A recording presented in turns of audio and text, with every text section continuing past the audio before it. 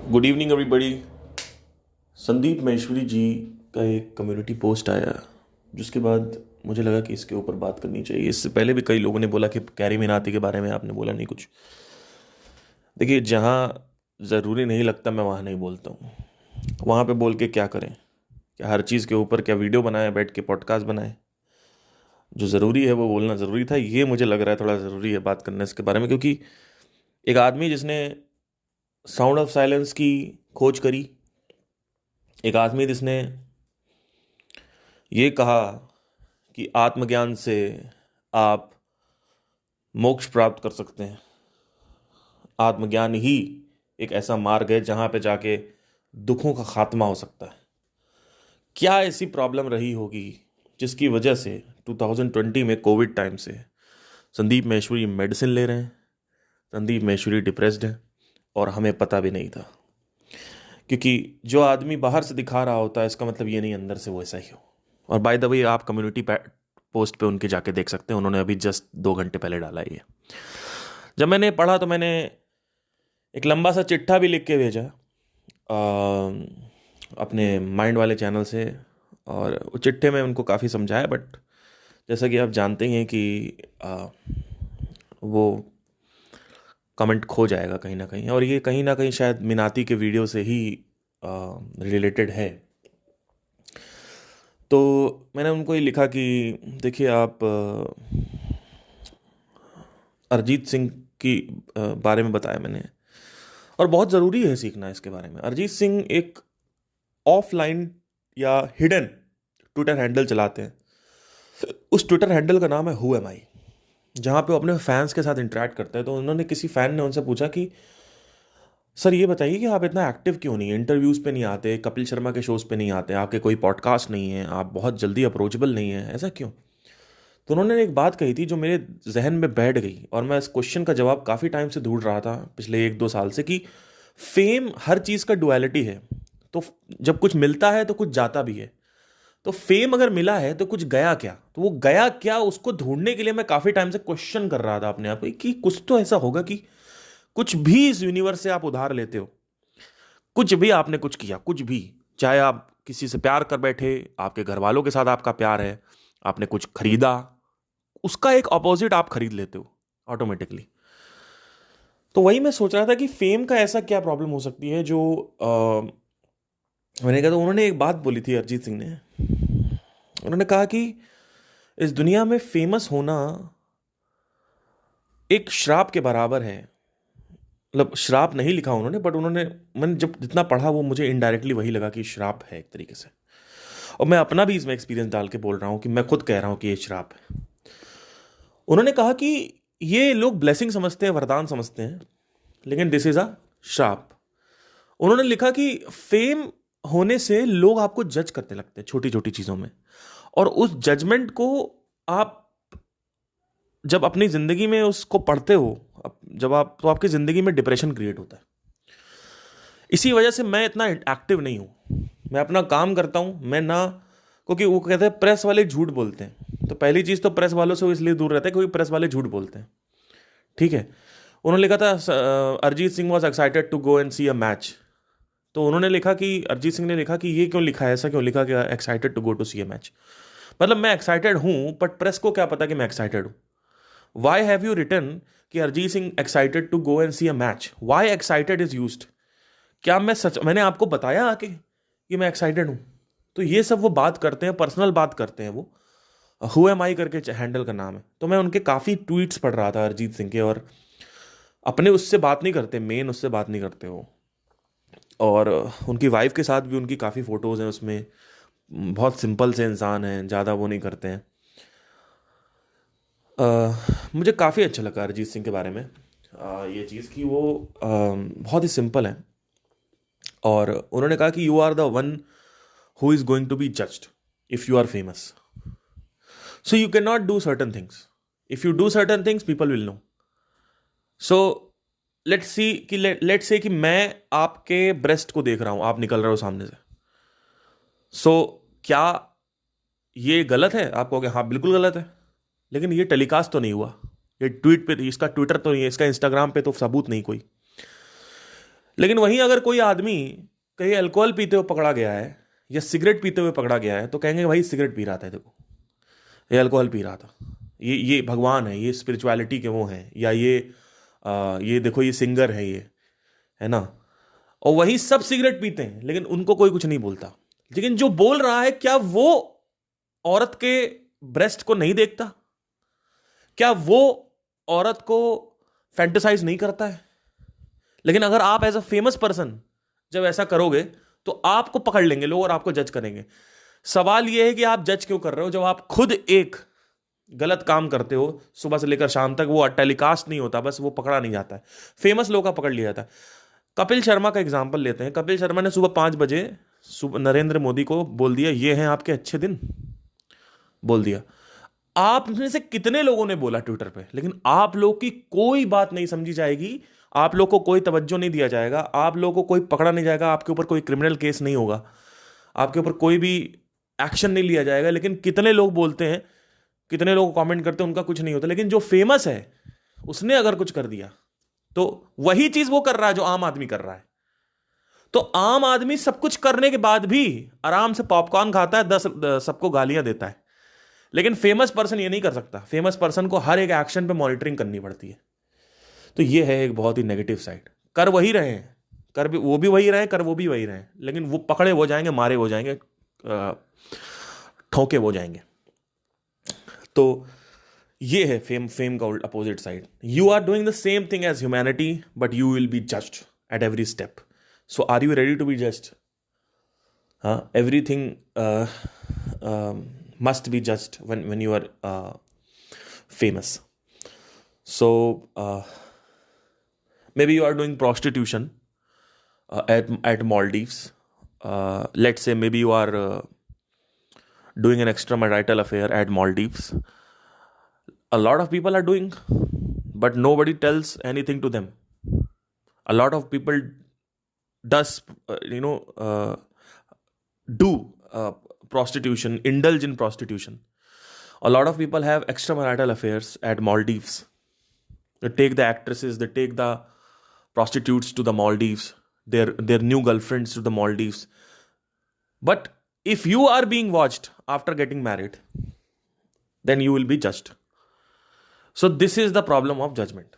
First you have to understand this is the problem of fame. Now coming back to the entire question, like what would have happened that 2020 से संदीप महेश्वरी जी depressed हैं। जिस आदमी ने sound of silence के बारे में हमें बताया, जिस आदमी ने अष्टावक्र ज्ञान हमें दिया, जिनकी वजह से मैं अपनी स्पिरिचुअल जर्नी का पहला चरण निकाल पाया, आज वो आदमी डिप्रेस्ड है। और हमें लगता है कि हम डिप्रेस नहीं हो सकते, लेकिन वो डिप्रेस्ड है। एक फंडामेंटल मिस्टेक जो हुई संदीप जी से, जिसको मैं हाईलाइट करना चाहता हूं, कि साउंड ऑफ साइलेंस को सुनने से सिर्फ ये नहीं समझ में आता है कि यही सत्य है। साउंड ऑफ साइलेंस को सुनने से जो अंदर इंटरनल स्टेट है आपकी, जो आत्मरस है जिसकी मैं हमेशा बात करता हूं, वो रस रिलीज होता है। ये रस जब मन से नहीं रिलीज होता तो मन इंद्रियों से ये रस को ढूंढना चालू कर देता है। इंद्रियों में यानी जैसे फॉर एग्जांपल आपको पता है पढ़ाई करनी है, लेकिन अब आप कहोगे चलो सोशल मीडिया पे बैठ जाते हैं, या दारू खरीद लेते हैं, या कभी आप बहुत परेशान हो तो आप दारू ले आते हो, सिगरेट ले आते हो। क्यों? क्योंकि एक्चुअली में वास्तविकता में वो मन में जो सूखा पड़ा हुआ है, बंजर मन है आपका। और मन जब बंजर होता है, मन एक बाग की तरह है। वो बाग आपका परम मित्र है जब तक उसको मांस और हड्डी मिल रही है। वो मांस और हड्डी अगर नहीं मिल रही है तो वो आपको ही खाने लगेगा। आपको खाने का मतलब है आपकी इंद्रियों को वो जानबूझ के दूसरी उसमें ले आएगा। इसी वजह से एक्स्ट्रा मैरिटल अफेयर बढ़ते जा रहे हैं, डाइवोर्स बढ़ते जा रहे हैं, ब्रेकअप्स तो इतने बढ़ गए हैं, क्योंकि ब्रेकअप में कोई डर नहीं होता, ना लड़की घर वालों को पता चलता है, ना लड़कों को घर वालों को पता चलता है। तो ब्रेकअप तो खुलेआम हो रहे हैं, और ब्रेकअप एक सबसे बड़ा क्राइम है जो सब करते हैं, लेकिन कोई फंसता नहीं उसमें। इसी वजह से हो रहा है, क्योंकि they are jumping from one partner to other partner. Why? Because they need variety. Why do we need variety? Because इस लड़की से मेरे को रस नहीं प्राप्त है, अब मुझे वैरायटी चाहिए। अब मुझे डिफरेंट सेट्स ऑफ ब्रेस्ट चाहिए, डिफरेंट सेट्स ऑफ बटक्स चाहिए। तो उससे क्या होगा? मेरे को फील होता है कि अगर ऐसा हो मेरे साथ, मेरे को दूसरी लड़कियों के साथ अगर है तो मैं उसमें मजा आएगा मुझे। तो कई ऐसे लोग हैं जो बिना गर्लफ्रेंड को बताए, बिना वाइफ को बताए एक्स्ट्रा मैरिटल अफेयर कर रहे हैं, because they are not able to control themselves. Because they think कि भाई इसके साथ तो मैं 2-3 साल से सेक्स कर रहा हूं, बट यार ये ऑफिस में लड़की है ना, इसके ब्रेस्ट जो है ना, इसकी यार ये बॉडी जो है ना, यार बाप रे बाप, एक बार बस मिल जाए। वो इसी वजह से मन आपका भाग रहा है इंद्रियों की तरफ, क्योंकि वैरायटी चाहिए। भाई वहां पे रस मिल नहीं रहा, अब रस वहां नहीं हुआ, कहीं और निकालेगा, आप कंट्रोल ही नहीं कर पाओगे। मतलब कोई अगर बहुत ही प्रिंसिपल वाला आदमी है तो वो तो कर ही लेगा, लेकिन लेट्स बी फ्रैंक, ये दुनिया धीरे धीरे मन हावी हो रहा है, इस दुनिया पे क्रोध बढ़ता जा रहा है। और क्रोध बढ़ने का भी रीजन यही है कि आत्मरस नहीं है। ये रस किसी भी एक साधना से रिलीज किया जाता है, चाहे वो आप विपासना करें, चाहे आप इसको आज्ञा चक्र पे ध्यान दें, चाहे आप अनहद चक्र पे ध्यान दें। जब इसको आप ध्यान दें तो रिलीज होता है। अब ये रिलीज ना होने की वजह से, अगर आप इसको रिलीज नहीं कर रहे हो और बाहर की दुनिया में एक्शन ले रहे हो, तो या तो डिप्रेशन होगा और या तो आप इंद्रियों में खो जाओगे, अपने रोमांचित हो जाओगे। एक फंडामेंटल जो मेरे हिसाब से मिस्टेक, या कह सकते हैं कि अगर ये इस चीज के लिए अवेयर हो तब तो ठीक है, क्योंकि जितना मैंने उनके सेशन में गया हूं मैं, जब भी वो साउंड ऑफ साइलेंस को सुनवाने की कोशिश करते हैं, वो कभी ये डिस्कस नहीं करते कि इससे क्या बेनिफिट्स होते हैं। ऑल्दो पहले करते थे, पहले जब स्टार्ट किया था तो उसके जो बेनिफिट्स हैं उसके बारे में बात करी, लेकिन धीरे धीरे वक्त के साथ इन्होंने साधना को तवज्जो देना बंद कर दिया, संदीप ऐश्वर्य जी ने। अब साधना को तवज्जो नहीं दिया तो आपने देखा ही होगा, जो साइकिल चली इनकी वो थी क्रोध की साइकिल। क्रोध बढ़ता गया, एक चेंज आप फील करोगे। अगर आप अंधभक्त नहीं हो तो आप एक चेंज फील करोगे, you'll start feeling a change. From 2020 to 2003 काफी चेंजेस आए उनके अंदर, काफी चेंजेस आए। 21 में तो मैं ही उनसे मिला था 4 दिसंबर को। Like if you sit with him you feel really good, because उनका जो एक ऑरा है वो एक बहुत अच्छा है। मतलब उनकी आंखों में अगर आप देखोगे तो बहुत क्लीन आंखें हैं, इनोसेंस है उनकी आंखों में, और very nice personality, great person, like I really love him. But sometimes a guru also needs help. Sometimes you need somebody to some person who knows psychological world to tell you, but guru never accepts it। उनको लगता है कि हमें तो पता, हमें मत बताओ। ये नहीं होना चाहिए कभी। तो वही मैं आपको बता रहा हूं।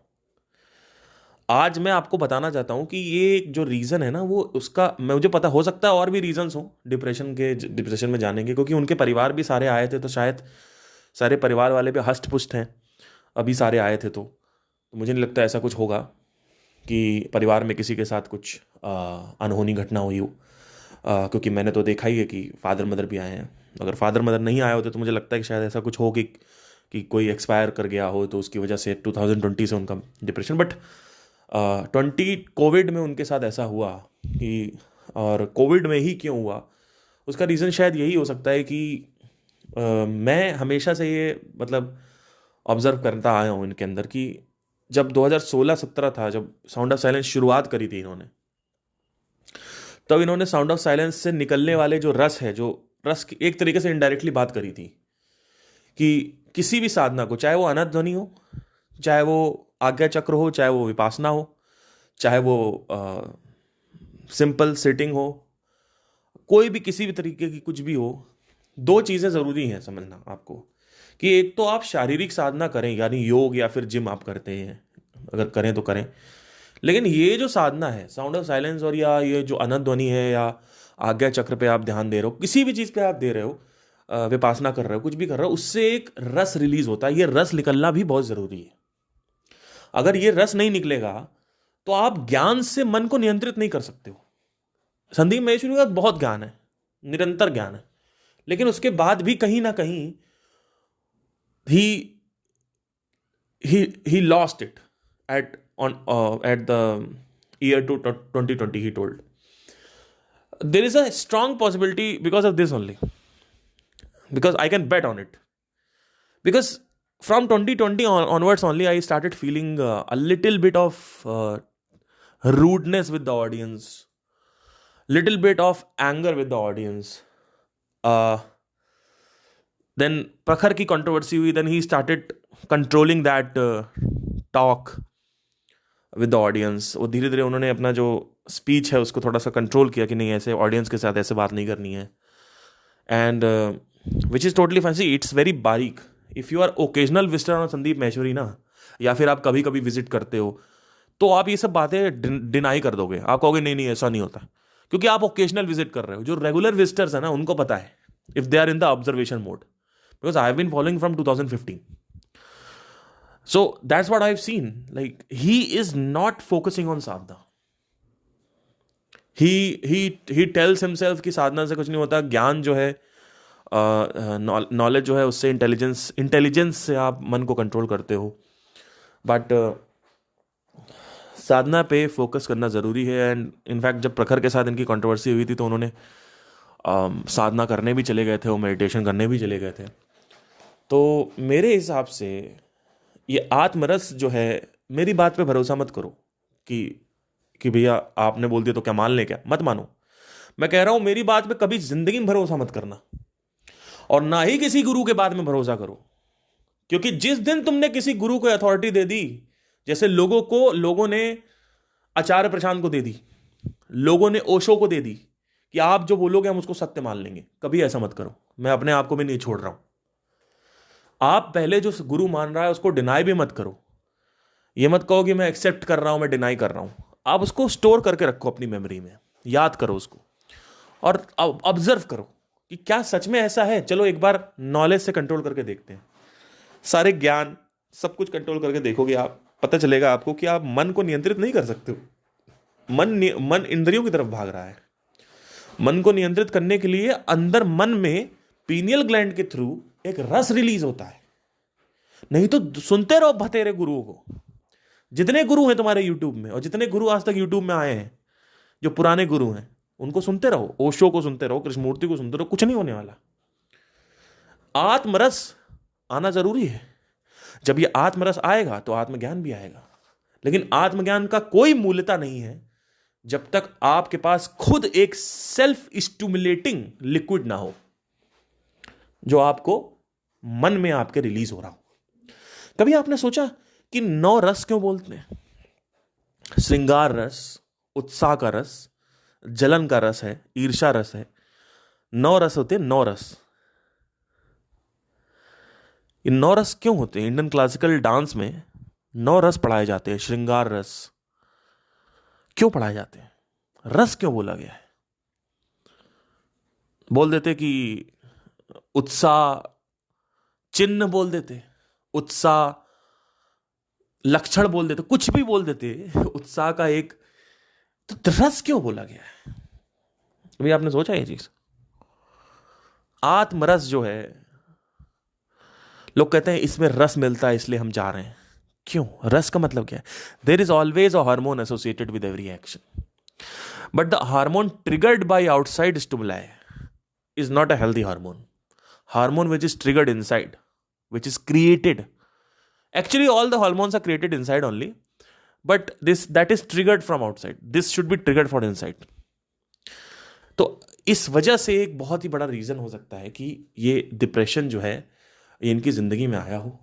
और हमने काफ़ी बॉडी लैंग्वेजेस में चेंजेस देखे, टोन में चेंजेस देखे, सेशंस में करते हुए काफ़ी. वो गुस्सा बड़ी जल्दी आता है, इज़ वेरी रिएक्टिव. आप देखो, ध्यान से देखो.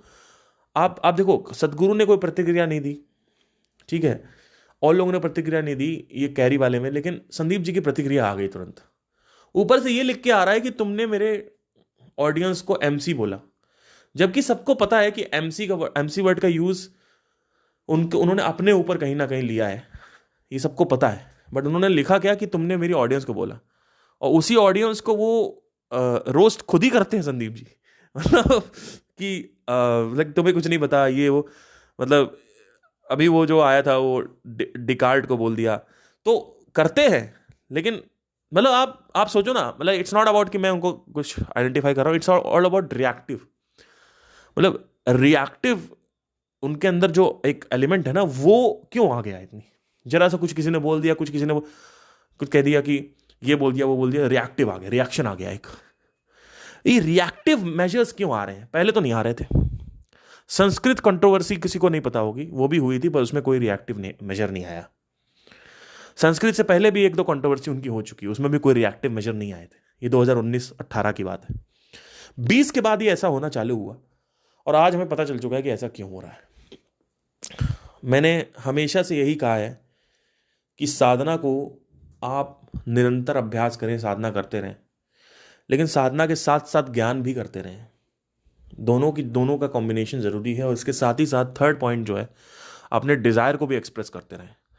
Don't suppress your desires, do not never suppress your desire. You want to have a सच्चा प्यार, you go and search for it.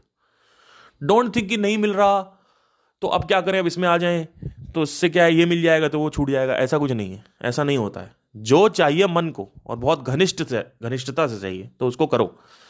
कुछ चीजें हैं जो घनिष्ठता से नहीं चाहिए, जैसे स्विमिंग करनी है, बैडमिंटन खेलना है, ये सब इंटेंसिक डिजायर्स नहीं है, हैवी डिजायर्स नहीं है, ये लाइट डिजायर्स है, ये सब निकल जाएंगे। लेकिन कुछ ऐसे पड़े हुए हैं अंदर से डिजायर, आप 10 साल 20 साल से एक चीज के बारे में सोच रहे थे, अब वो नहीं मिल रहा है, आप सोच रहे हो कि अब मैं उसको रिप्लेस कर दूंगा स्पिरिचुअलिटी से। ये मत करो। React on the desires, go and level 1 level 2 level 3 तक डिजायर को एक्सप्रेस करो, और उसके बाद फिर धीरे धीरे आप, तो 3 चीजें होती हैं, 3 चीजें हैं जहां पे ज़रूरी है। अब आप लोगों में कई क्वेश्चन आ रहा होगा, आपने भी इनके ऊपर बहुत सारे रिएक्शन दिए हैं, तो आप इनके सपोर्ट में हैं या इनके विरोध में? देखिए, यही तो चक्कर है कि मैं उनको पसंद करता हूं, लेकिन लोग मानते नहीं हैं, क्योंकि उनको लगता है कि जो पसंद करता है, कोई प्यार करता है तो अंधाधुंध प्यार करता है। यार एक बात बताओ, आपके पापा आपको प्यार करते हैं, आप सिगरेट पीते हो तो वो उससे भी एक्सेप्ट कर लेंगे उसको। आपकी मम्मी आपको प्यार करती हैं और आप गाली देते हो, और उनको पता है कि आप गाली दे रहे हो, तो वो एक्सेप्ट कर लेंगी वो चीज़। मैं भी उनसे बहुत प्यार करता हूं, क्योंकि उन्होंने ही स्टेप 1 मेरा सही किया है स्पिरिचुअलिटी में, ओरिजिन वहीं से हुआ है मेरा।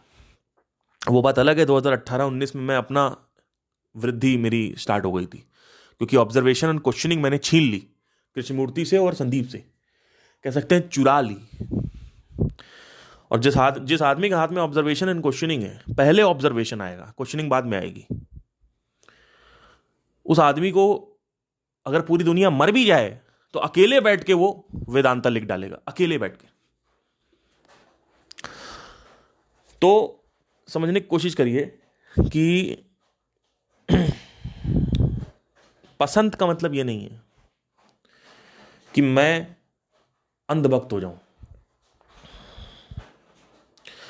विद रिस्पेक्ट मैंने हर पॉइंट रखे, ऐसा नहीं बोल दिया कि तुम चू हो या एमसीबीसी हो लोगों की तरह, ऐसा मैंने कभी नहीं कहा।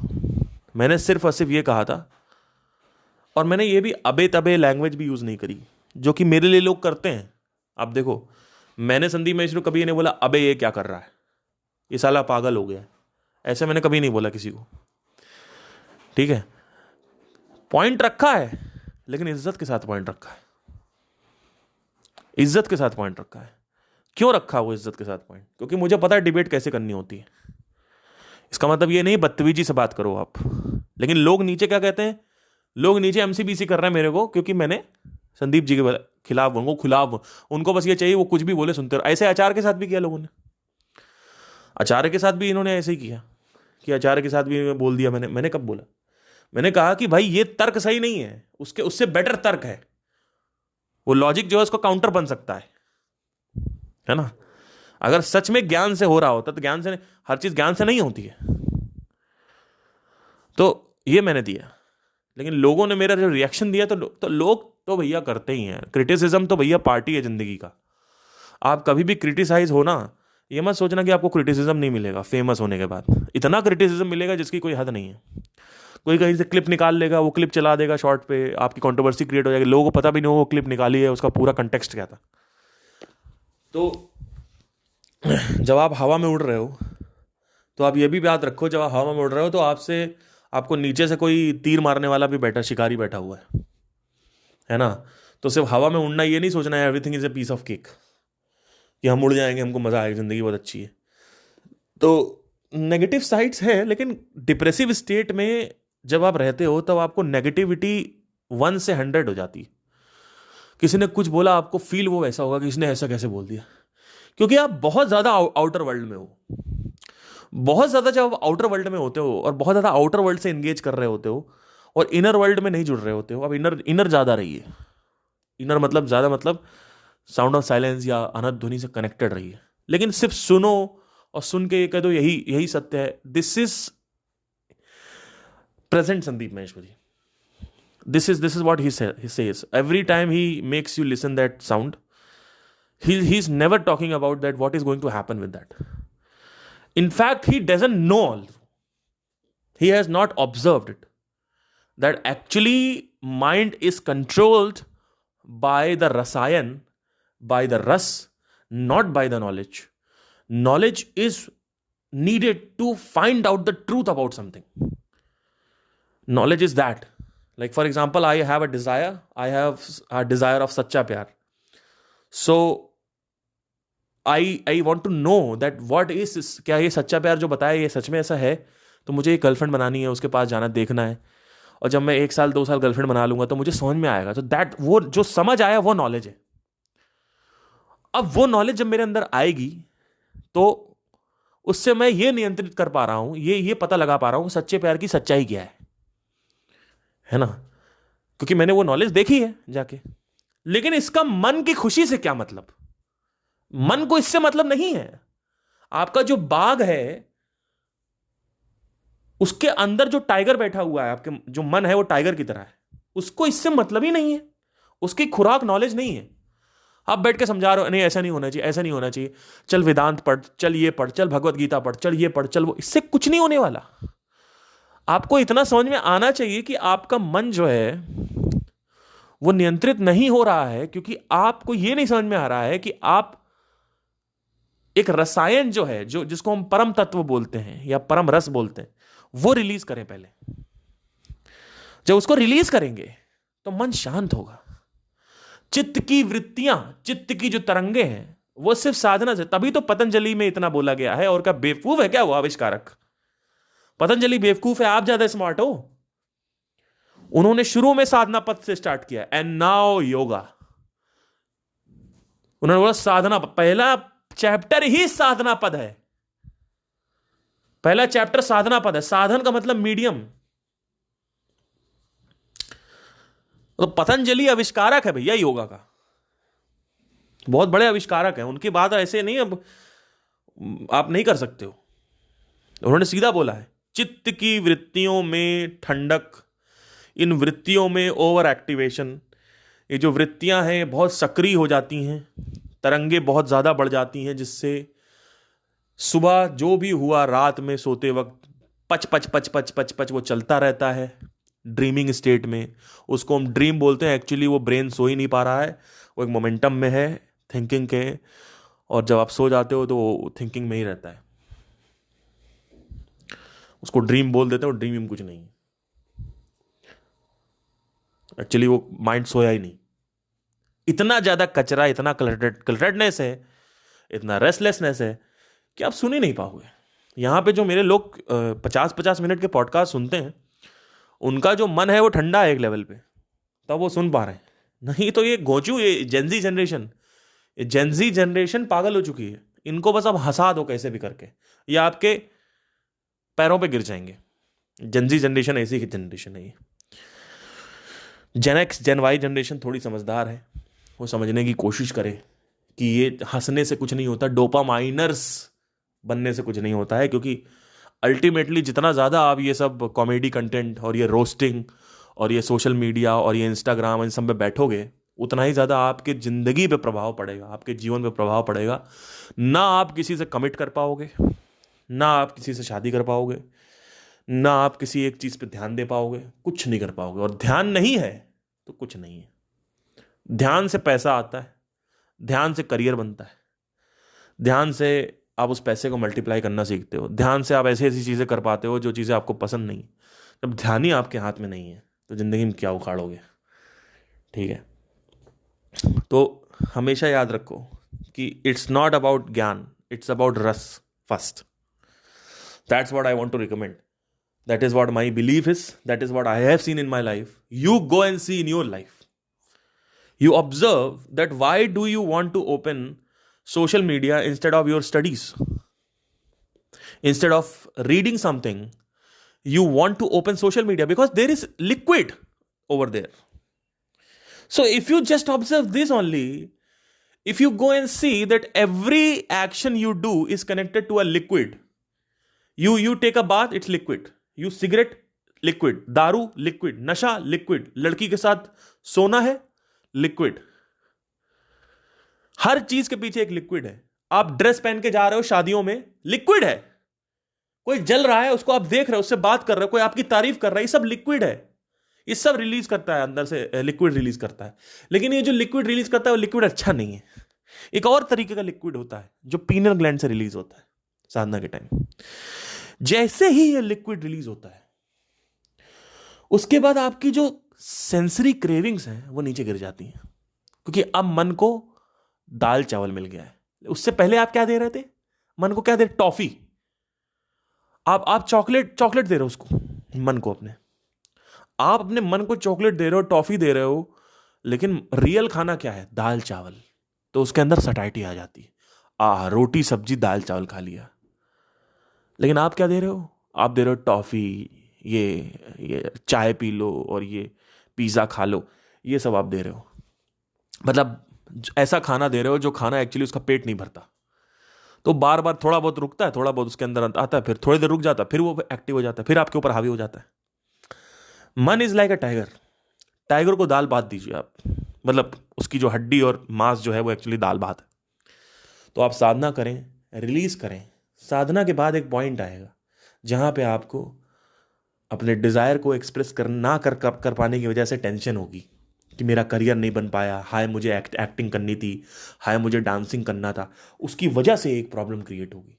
तो वहां पे साधना ना करें, वहां पे आत्मज्ञान ना करें, वहां पे जाके उसको एक्सप्रेस करें। जो अंदर दबा हुआ कर्म है उसको निकालें, एक्टिंग करें। एक्टिंग नहीं कर पा रहे तो जाकर थिएटर ज्वाइन करें, कुछ तो करें जहां से वो एक्टिंग निकले। यूट्यूब चैनल क्रिएट करें, कुछ करें। वो आपका डिपार्टमेंट है कि आपको कैसे फिगर आउट करना है कि कैसे मैं निकालूं इसको। और वो निकालते वक्त जब वो निकल रहा हो तो रात में जब वापस अपने घर आए तो ये ऑब्जर्व करें कि क्या आपको सेटिस्फैक्शन मिल रहा है। तो शुरू के 6 महीने में बहुत मिलेगा, क्योंकि एकदम से कोई बोझ हल्का हो गया। लेकिन 1-2 साल बाद आप देखोगे कि यार ये तो, इसमें तो फिर वही हो गया, फिर मैं परेशान हो रहा हूं। ये तो निकल भी आया, एक्टिंग भी कर रहा हूं, अब तो मैं अच्छा एक्टर बन गया हूं, फिर भी मेरे साथ प्रॉब्लम है। तो passion, relationships, your buying a watch, buying a bike, material possessions, वो सब करके देखें पहले। नाटक ना करें कि सर ने बोल दिया साधना करेंगे, तो साधना करने से कुछ नहीं। साधना सिर्फ और सिर्फ मन की वृत्तियों को गिराता है, जो ओवर थिंकिंग है ये सब खत्म करता है। ठीक है, जब टेंशन किसी और चीज की वजह से हो रही है, जब कॉर्टिसोल एक दूसरा एक्टिव हो पड़ा है, दूसरा थॉट एक्टिव हुआ पड़ा है, एक तरफ आप साधना करते हो, आपका मन शांत हो जाता है। उसके बाद अब क्या होता है, जैसे ही मन शांत होता है फिर आप सोचते हो अरे यार मुझे एक्टर बनना था। अब वो कॉर्टिसोल रिलीज हो जाएगा। तो कॉर्टिसोल जब रिलीज हो रहा है तो कैसे करोगे भैया? तो मेरे साथ क्या है, जब मैं साधना करता हूं उसके बाद मेरा मन शांत हो जाता है, एब्सोल्यूट साइलेंस मेरे मन में आ जाता है। अब एक दूसरा कोई थॉट नहीं आता है कि मुझे बिजनेस ग्रो करना है, मुझे कार खरीदनी है, मुझे सिंगिंग करनी है, मुझे ये करना, मुझे वो करना। मैं सब करके देख चुका हूं, मैंने सब करके अपने आप को साक्षात्कार करवाया है कि एक्चुअली मेरे सब में कुछ पड़ा नहीं हुआ है। धीरे धीरे आपको समझ में आएगा। तो महेश्वरी जी वहां तक पहुंच चुके हैं, इस वजह से उनके लिए एक डिफरेंट सोल्यूशन है, वो है साधना, है ना। बट सिर्फ ज्ञान से आप देखो, एवोल्यूशन की भी कोई बात नहीं होती कि वृद्धि की भी बात नहीं होती। पहले वो बहुत बात करते थे इवॉल्व होने की। अब वो ये सोचते हैं कि कैसे मैं ऑडियंस का भला चाहूं, ऑडियंस का क्या, ऑडियंस और क्या चाहती है और नया क्या करूं सेशंस में, कि ऑडियंस को और भला कैसे होगा और सेशंस में नया क्या करूं। ये नया नया करते करते ना गलत अप्रोच हो गई है इनकी। इनको एक्चुअली पता है क्या करना चाहिए? इनको ये कहना चाहिए यार मैं आज यहां पे हूं, मैं माइंड के बारे में और क्या जानूं और मैं कैसे इवॉल्व हो सकता हूं इंटरनली। आप इंटरनल एवोल्यूशन पे ध्यान दो, तो आप देखोगे कि आउटर आप अपने आप बातें करोगे, अपने आप लोग नया नया अपने आप होगा जो नया आप करने की कोशिश कर रहे हो। आप इंटरनल ऑब्जर्व करो, इंटरनल। मैं किसी भी गुरु के बारे में इतना कभी बात नहीं करता जितना मैं संदीप के बारे में बात करता हूं, क्योंकि Sandeep Maheshwari has change my life. He is actually a guru for मी। ये मेरा प्यार है जो मैं इतना कंसर्न हूं उनके बारे में। आज मैं इतना ग्रो हो चुका हूं तो मैं जान पा रहा हूं कि डायग्नोसिस क्या है उनके प्रॉब्लम का। इस वजह से मैं शेयर कर रहा हूं। बट कई लोग इसको ऐसे लेंगे कि बता दिया ये, ठीक है लेते लो, कोई दिक्कत नहीं है। तो इसी वजह से, नहीं तो मेरे को पड़ी नहीं है। मैं अपने दुनिया में मगन रहता हूं। सोसाइटी का कोई प्रेशर मेरे ऊपर हावी नहीं हुआ। सोसाइटी के जो डिजायर्स हैं, मैं रेंट पे रहता हूं, मेरे घर वाले आज भी परेशान हैं कि तुमने घर नहीं लिया। मैंने कहा मैं लूंगा ही नहीं। मैंने कहा 40 साल के लिए मैं यहां रेंट पे रहने आया हूं। इनफैक्ट प्लेनेट भी आपने पूरा रेंट पे ले रखा है। जब टाइम आएगा तो एटम बाय एटम प्लेनेट आपसे वापस लेगा सब कुछ, ठीक है? ये प्लेनेट रेंट पे हो, उस रेंट पे तुमने ये ऐसा इमेजिनेशन कर रखा है कि तुमने एक जमीन खरीद रखी है, वो तुम्हारी जमीन है। तुम्हारी नौटंकियां चल रही, कॉन्ट्रैक्ट साइन कर रहे हो, है ना, रजिस्ट्री करवा रहे हो, पैसा इधर से उधर ट्रांसफर कर रहे हो। ये सब नौटंकियां तुम्हारी संसारी नौटंकियां हैं। वास्तविकता में किसी की कोई जमीन नहीं है। ये जमीन सिर्फ ब्रह्मांड की, भगवान की है। तुम्हारी कोई जमीन नहीं है। और उस जमीन के लिए तुमने ये पूरा प्लेनेट रेंट पे ले रखा है कुछ मिलियन ऑफ ईयर्स के लिए। उसमें उसमें तुम कह रहे हो कि मैं एक और रेंट पे रहूंगा 40 साल के लिए। 30 साल तक तुम्हारा करियर बन गया, आप 40 साल और बिताना है, तुमको रेंट पे रहना है। जमीन खरीदनी, जमीन खरीद कर क्या करेगा बे तू? जमीन खरीद के क्या करने वाला है? तो सोसाइटी के नॉर्म्स का जो सत्य है वो पता लगाना आना चाहिए आपको। जो ये बोल रहे हैं, जैसे मेरे घर वाले कुछ भी बोलते रहते हैं, रिश्तेदार कुछ बोलते रहते हैं।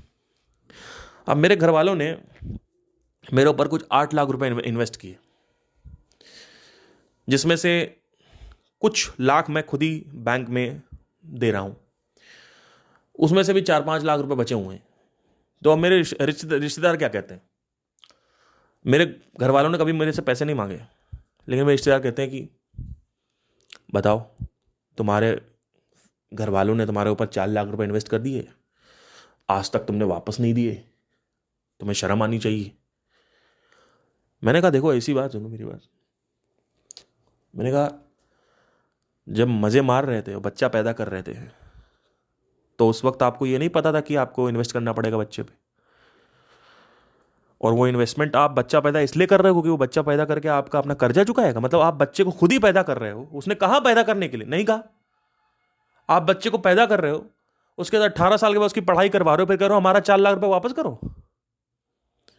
अरे बच्चे के पास 50 लाख होगा तो वो देगा ना, लेकिन नहीं है तो आप उसके ऊपर अननेसेसरी प्रेशर क्रिएट कर रहे हो कि हमने इतना तुम्हें पढ़ाया लिखाया। तो पढ़ाया लिखाया तो वो आप मजे मार रहे थे, बच्चा पैदा हो गया, अब पढ़ाया लिखा तो पढ़ाना ही पड़ेगा। अब कल मेरा बच्चा अगर पैदा होता है और मैं उससे कहता हूं भाई हमने तुम्हें खाना पीना खिलाया, हमने तो पढ़ाई लिखाई कराई, अब वापस लाओ, ये कोई तरीका नहीं होता मांगने का। कि बेचारा वो 25 साल का लड़का है, उससे आप 10 लाख रुपए मांग रहे हो, क्या वो ऐसी स्टेज में है अभी कि वो 10 लाख रुपए दे सकता है? अगर है तो बिल्कुल देगा, और तब नहीं दे रहा है तो ये गलत बात है। लेकिन वो अब आप सोचो कहीं से भी कमाए, कहीं से भी जाके लाके दे, एक प्रेशर है उसके ऊपर, अननेसेसरी प्रेशर डाल रहे हो। पहले तुमने उसको पैदा कर दिया इस संसार में, उसके ऊपर प्रेशर डाल रहे हो। तो ये सब प्रेशर्स क्रिएट होते हैं और ये सब जिम्मेदारियों के प्रेशर्स हैं। मुझे ऐसा लगता है कि मैं ये जिम्मेदारियों के प्रेशर पहले खत्म करूं। जिस दिन के 4 लाख 5 लाख मैंने दे दिए घर में, तो उसके बाद फिर कहेंगे कि अब ये करो, अब वो करो। मेरे घर वाले चाहते हैं मैं उनका व्यापार संभालूं जाके, उसके लिए वो परेशान है। क्यों व्यापार संभालूं भाई? तो बोल रहे हैं क्या करोगे, कुछ मतलब व्यापार नहीं संभाल ले, अपना ये करते रहोगे, ये बिजनेस बिजनेस में कोई स्टेबिलिटी नहीं होती है, ये तुम्हारा संगीत में कोई स्टेबिलिटी नहीं होती है। मैंने कहा स्टेबिलिटी तो इसमें भी नहीं है कि आप कल जिंदा हो कि नहीं हो। ये स्टेबल जॉब क्या होता है? What do mean by stable job? Do you think सरकारी नौकरी is stable? Yes it is stable, but the getting off the job, how much percent chances are there that you'll get up, or how much percent stability is there that you will get the government job? Getting a private job is very easy, but how much percent chances are there कि वो company मरेगी नहीं और company आपको निकालेगी नहीं? Getting a government job is very hard, but once you get it, it gives you security. But how much chances are there, how much security is there that you will get this job? How much chances are there that tomorrow you will be leaving? You are talking as if 30-40 years you are going to live. घरों में मैंने देखा कि जितनी भी माएँ हैं जिनके 40-45 साल क्रॉस हो गया है, बच्चे 28 साल 27 साल के ऊपर जा चुके हैं, सारी माओं में बीमारियां चालू हो चुकी। अर्थराइटिस, बैक पेन, पेट निकला हुआ है, किडनी प्रॉब्लम्स, पापा का भी यही है। Why are you talking about stability, man? Do you think you are stable?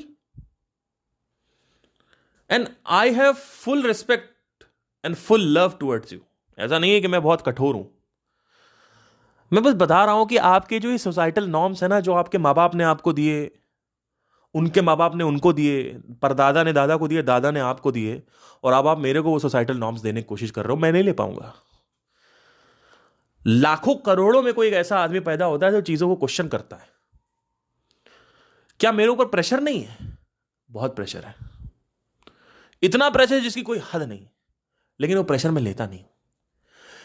आत्मज्ञान पाने से ये नहीं है कि प्रेशर खत्म हो जाएंगे, इनफैक्ट बढ़ अलग जाएंगे, क्योंकि आप ऐसी ऐसी चीजें करने लगते हो आत्मज्ञान के बाद।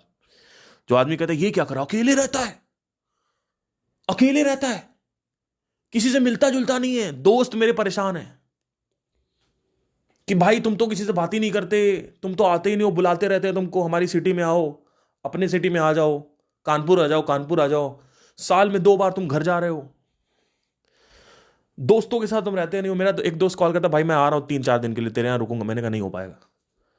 बाप रे बाप तो उसको कौन समझाया बैठ के? क्योंकि वो 3-4 दिन रुकोगे, उस 3-4 दिन में तुम ऐसी सी बातें कर डालोगे कि मेरा फोकस शिफ्ट हो जाएगा, और मुझे पता है फोकस शिफ्ट होता है कंटेंट से। उस 3-4-5 दिन में मैं 2 पॉडकास्ट कर डालूंगा। इनफैक्ट मेरी जो गर्लफ्रेंड है वो भी इस मामले में बहुत सही है कि वो एटलीस्ट मेरे को स्पेस देती है और समझती है कि हाँ इसका ये है कि वो घुसती नहीं है हर चीज में। तो इसी वजह से मैंने उसको चूज कर रखा है। Is very flexible, very simple girl, very simple, extremely simple. उसके अंदर कुछ ऐसा नहीं है कि मुझे जाना है, सेल्फी खिंचानी है और डिशेस की फोटो डालनी है। उससे ज्यादा स्टेटस तो मैं डालता हूं, वो डालती नहीं स्टेटस से, सालों डीपी चेंज नहीं करती है। उसके अंदर एक कुछ भी नहीं है, ये जो मेटेरियलिस्टिक दिखावा है ना, ये सब कुछ नहीं है उसके अंदर। मटेरियल को लेके जो चाह है जितना स्ट्रांग होगी ना आपके अंदर, उतना ज्यादा आप स्पिरिचुअल आदमी के साथ रह नहीं पाओगे।